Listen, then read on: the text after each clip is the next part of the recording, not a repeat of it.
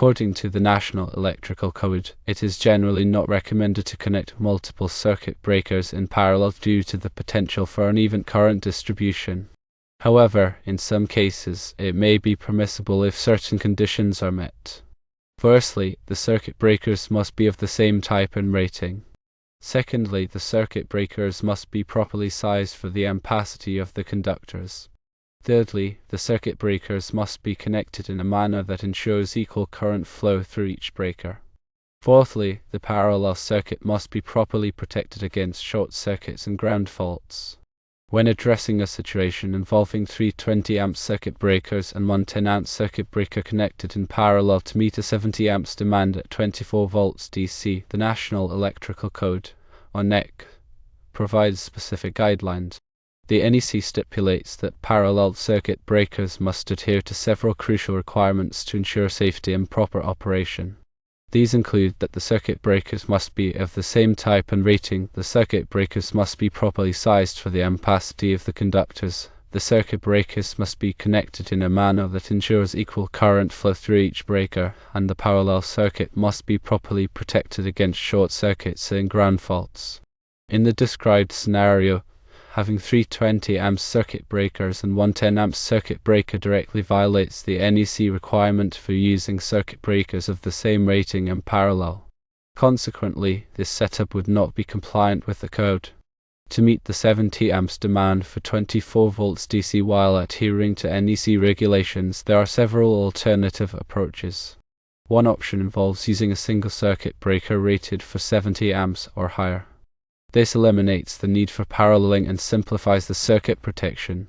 Another option is to use a parallel combination of circuit breakers, but all must be of the same rating. For instance, 3 30-amp circuit breakers or 4 20-amp circuit breakers could be connected in parallel to provide the necessary ampacity. Selecting the appropriate circuit breaker size is essential for ensuring the safety and reliability of the electrical system. It is important to consider the load requirements, conductor ampacity, and applicable codes and standards when determining the proper circuit breaker rating. The use of appropriately sized circuit breakers helps protect against overloads, short circuits, and other electrical faults that could potentially damage equipment or cause fires. For example, NEC Table 310.15b16 details the allowable ampacities of insulated conductors rated up to and including 2000 volts, 60 degrees Celsius through 90 degrees Celsius, not more than 3 current carrying conductors in raceway, cable, or earth directly buried, based on ambient temperature of 30 degrees Celsius. Conductors that are of higher temperature ratings may require different ampacities. The overcurrent protection device, such as a circuit breaker, is intended to protect the conductor, not the load. The load has its own integral protection. The conductor size will determine the necessary size of the overcurrent protection device. The ampacity of a conductor can be affected by several factors, including ambient temperature, the number of current carrying conductors in a raceway, and the presence of harmonics. Correction factors are applied to the conductor ampacity to account for these factors. For example, if the ambient temperature is higher than 30 degrees Celsius, a temperature correction factor must be applied to reduce the conductor ampacity. The National Electrical Code provides tables and guidelines for determining the appropriate correction factors. Similarly, if there are more than 3 current carrying conductors in a raceway, a dirting factor must be applied to reduce the conductor ampacity. This is because the heat generated by the conductors can raise the temperature inside the raceway, which reduces the conductor's ability to dissipate heat. The NEC provides tables that specify the dirting factors for different numbers of current carrying conductors. Harmonics are non-sinusoidal currents or voltages that can be present in electrical systems due to nonlinear loads such as electronic devices, variable frequency drives, and LED lighting. Harmonics can cause several problems, including increased conductor heating, voltage distortion, and equipment malfunction. In systems with significant harmonic content, it may be necessary to use larger conductors or to apply additional dirting factors to account for the increased heating. The NEC provides guidelines for addressing harmonics in electrical systems. The NEC also addresses ground fault protection for electrical systems. A ground fault occurs when an unintended current path develops between a live conductor and ground. Ground faults can be dangerous because they can cause electric shock and fires. Ground fault circuit interrupters, or GFCIs, are devices that detect ground faults and quickly interrupt the circuit to prevent injury or damage. The NEC requires GFCIs in certain locations such as bathrooms, kitchens, and outdoor areas where there is a higher risk of electric shock. In industrial settings, ground fault protection is typically provided by ground fault relays and current transformers. These devices monitor the current flowing in the grounding conductor and trip the circuit breaker if a ground fault is detected. The NEC provides guidelines for the selection and installation of ground fault protection equipment. Furthermore, the NEC addresses short circuit protection for electrical systems. A short circuit occurs when there is a low resistance path between two live conductors. Short circuits can cause very high currents to flow, which can damage equipment and start fires. Short circuit protection devices, such as fuses and circuit breakers, are designed to quickly interrupt the circuit in the event of a short circuit. The NEC provides guidelines for the selection and coordination of short circuit protection devices to ensure that they can safely interrupt the fault current.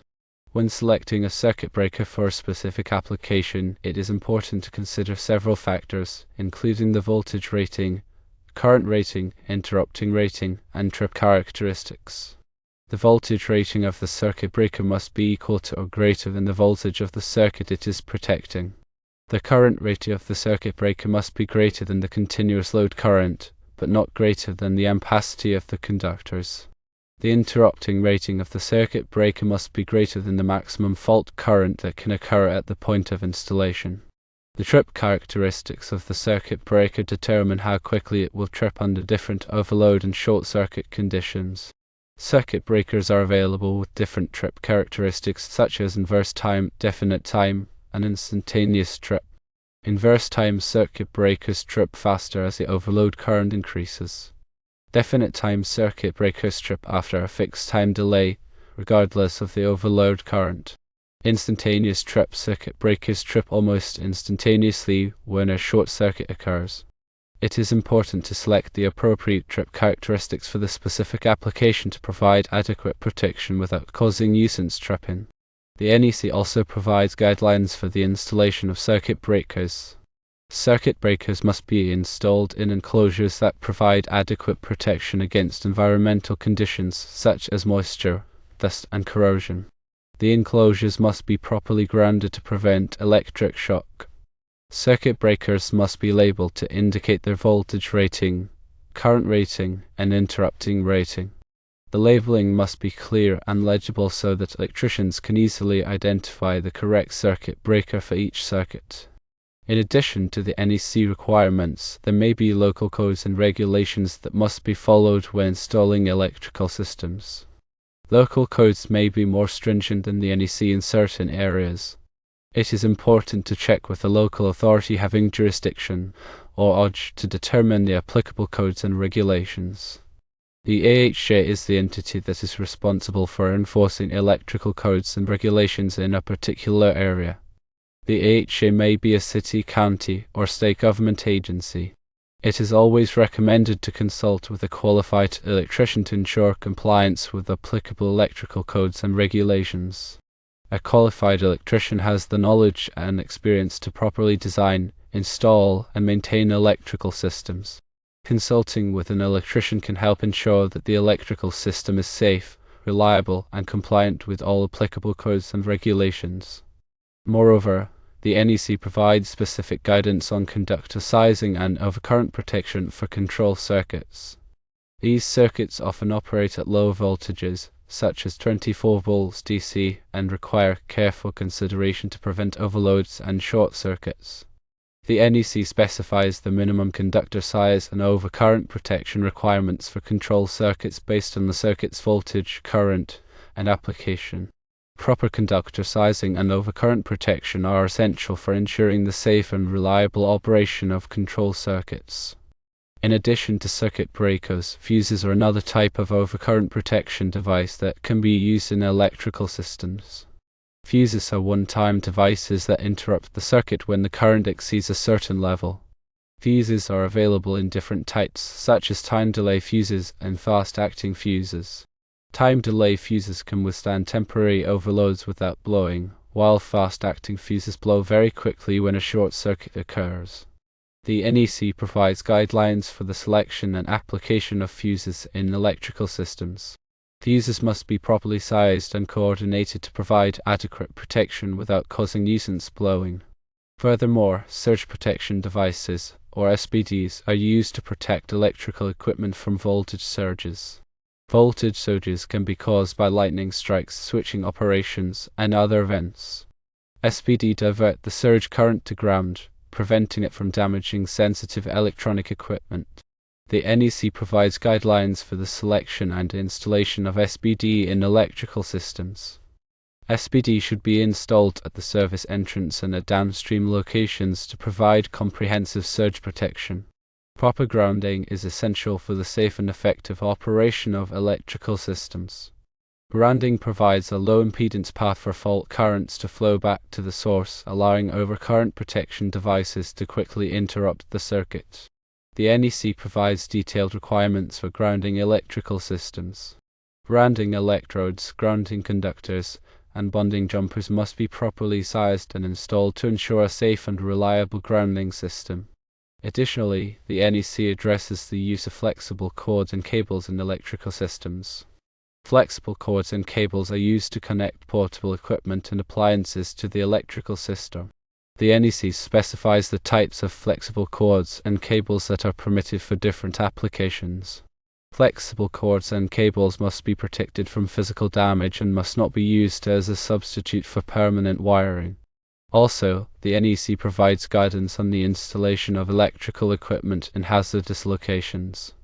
Hazardous locations are areas where there is a risk of fire or explosion due to the presence of flammable gases, vapors, or dusts. The NEC classifies hazardous locations into different classes and divisions based on the type and likelihood of the hazard. The electrical equipment that is installed in hazardous locations must be specially designed and certified to prevent ignition of the hazardous atmosphere. Regular inspections and maintenance are essential for ensuring the continued safety and reliability of electrical systems. The NEC recommends that electrical systems be inspected and tested periodically by a qualified electrician. Inspections should include a visual examination of the wiring, equipment, and grounding system. Testing should include insulation resistance testing, ground impedance testing, and overcurrent protection device testing. Any deficiencies that are identified during inspections and testing should be promptly corrected. The NEC also provides guidance on the proper lockout and tagout procedures for electrical equipment. Lockout and tagout procedures are used to prevent accidental energization of electrical equipment during maintenance or repair. These procedures involve disconnecting the equipment from its power source and attaching a lock and tag to the disconnect device. The lock and tag indicate that the equipment is out of service and must not be energized until the lock and tag are removed by the authorized person. Adhering to proper lockout and tagout procedures is essential for preventing electrical accidents and injuries. The NEC is a comprehensive document that provides detailed requirements for the safe and reliable installation and operation of electrical systems. It is important for electricians, engineers, and other professionals involved in the electrical industry to be familiar with the NEC and to follow its guidelines. Compliance with the NEC helps to ensure the safety of people and property from electrical hazards. In summary, when dealing with a 70 amps demand at 24 volts DC using 320 amps and 110 amp circuit breakers in parallel is not NEC compliant. Alternative solutions such as a single 70 amps breaker or paralleling breakers of the same rating are recommended, always in consultation with a qualified electrician. Remember to always consult with a qualified electrician to ensure compliance with applicable electrical codes and regulations.